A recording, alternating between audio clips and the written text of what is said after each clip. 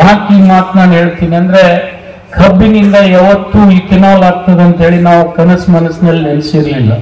ಇವತ್ತು ಸಕ್ಕರೆಗೆ ಅಂತಾರಾಷ್ಟ್ರೀಯ ಮಾರುಕಟ್ಟೆಯಲ್ಲಿ ಈ ದೇಶಕ್ಕಿಂತಲೂ ಹೆಚ್ಚು ಬೆಲೆ ಅದ. ಇಲ್ಲಿ ನಾವು 37-38 ರೂಪಾಯಿ ಕಿಲೋ ತಗೋತೀವಿ.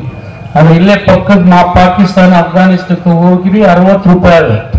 ಆದ್ರೆ ಅದು ರೇಟ್ ಇಲ್ಲ ಅಂತ ಕೇಳ್ಬೇಕಂದ್ರೆ ಪಾರ್ಲಿಮೆಂಟ್ ಮುಗಿಲಿ ಮೋದಿ ಬಿಟ್ಟು ಬಿಡ್ತಾನೆ ಹಗ್ಗ. ನೀವು ಗ್ಯಾರಂಟಿ ಇದು 60 ರೂಪಾಯಿ ಕಿಲೋ ಆಗ್ತದೆ. ಇದ್ರಾಗ ಎರಡು ಮಾತಿಲ್ಲ. ಇವತ್ತೇನೇ ಉಳ್ಳಾಗಡ್ಡಿ ಧಾರಣಿ ನಿಯಂತ್ರಣ ಇದ್ದಿದ್ದು, ಸಕ್ಕರೆ ಧಾರಣಿ ನಿಯಂತ್ರಣ ಆಗಿದ್ದು, ಕೊಬ್ಬರಿ ಧಾರಣಿ ನಿಯಂತ್ರಣ ಆಗಿದ್ದು ಎಲ್ಲ ಪಾರ್ಲಿಮೆಂಟ್ ಎಲೆಕ್ಷನ್ ಸಲುವಾಗಿ. ಹೊತ್ತೊಂಡ್ರೆ ಪಾರ್ಲಿಮೆಂಟ್ ಇರೋದ್ರಿಂದ ರೈತರಿಗೆ ಶೋಷಣೆ ಆಗ್ತಾ ಇದೆ, ಇಲ್ಲ ಅಂತ ನಾನು ಹೇಳೋದಿಲ್ಲ. ಈ ಎಲ್ಲ ವಿಚಾರಗಳನ್ನ ಮನದಟ್ಟಣೆ ಮಾಡಿಕೊಂಡು ನಾವು ವ್ಯವಸಾಯ ಮಾಡಿ ಸಹಾಯ ಮಾಡಿಕೊಂಡ್ರೆ ಇಂಥ ಪ್ರಾಥಮಿಕ ಕೃಷಿ ಪತ್ತಿನ ಸಹಕಾರಿ ಸಂಘಗಳು ನಿಮ್ಗೆ ಸಹಾಯಕ್ಕೆ ಬರ್ತವೆ. ಯಾಕೆ ಈ ಮಾತು ನಾನು ಹೇಳ್ತೀನಿ ಅಂದ್ರೆ, ನಮ್ಮಲ್ಲಿ ಕೂಡ ಇಂಥ ಸೊಸೈಟಿ ಇದಾವೆ.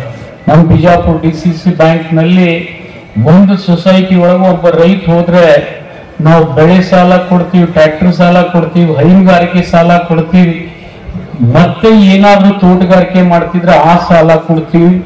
ಜೊತೆಗೆ ಅವ್ರು ಏನಾದ್ರೂ ವ್ಯಾಪಾರ ಮಾಡ್ತಿದ್ರು ಕೂಡ ಆ ಸಾಲ ಕೊಡ್ತೀವಿ.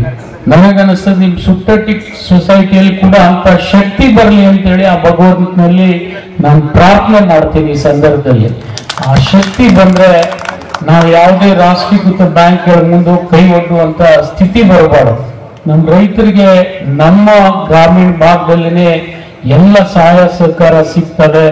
ಯಾಕೆ ಈ ಮಾತು ಹೇಳ್ತೀನಿ ಅಂದ್ರೆ, ದಿವಂಗತ ರಾಷ್ಟ್ರಪಿತ ಮಹಾತ್ಮ ಗಾಂಧಿ ಕೂಡ ಇದೇ ಕನಸು ಕಂಡಿದ್ರು.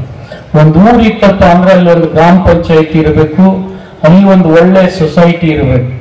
ಆ ಸೊಸೈಟಿ ಕಟ್ಟಿರ್ತಕ್ಕಂಥ ಊರು ಯಾವ್ದಾದ್ರೆ ಅದು ಸುಟ್ಟಟ್ಟಿ ಅಂತೇಳಿ ಬಹಳ ಹೆಮ್ಮೆಯಿಂದ ನಾನು ಹೇಳ್ಬೇಕಾಗ್ತದೆ.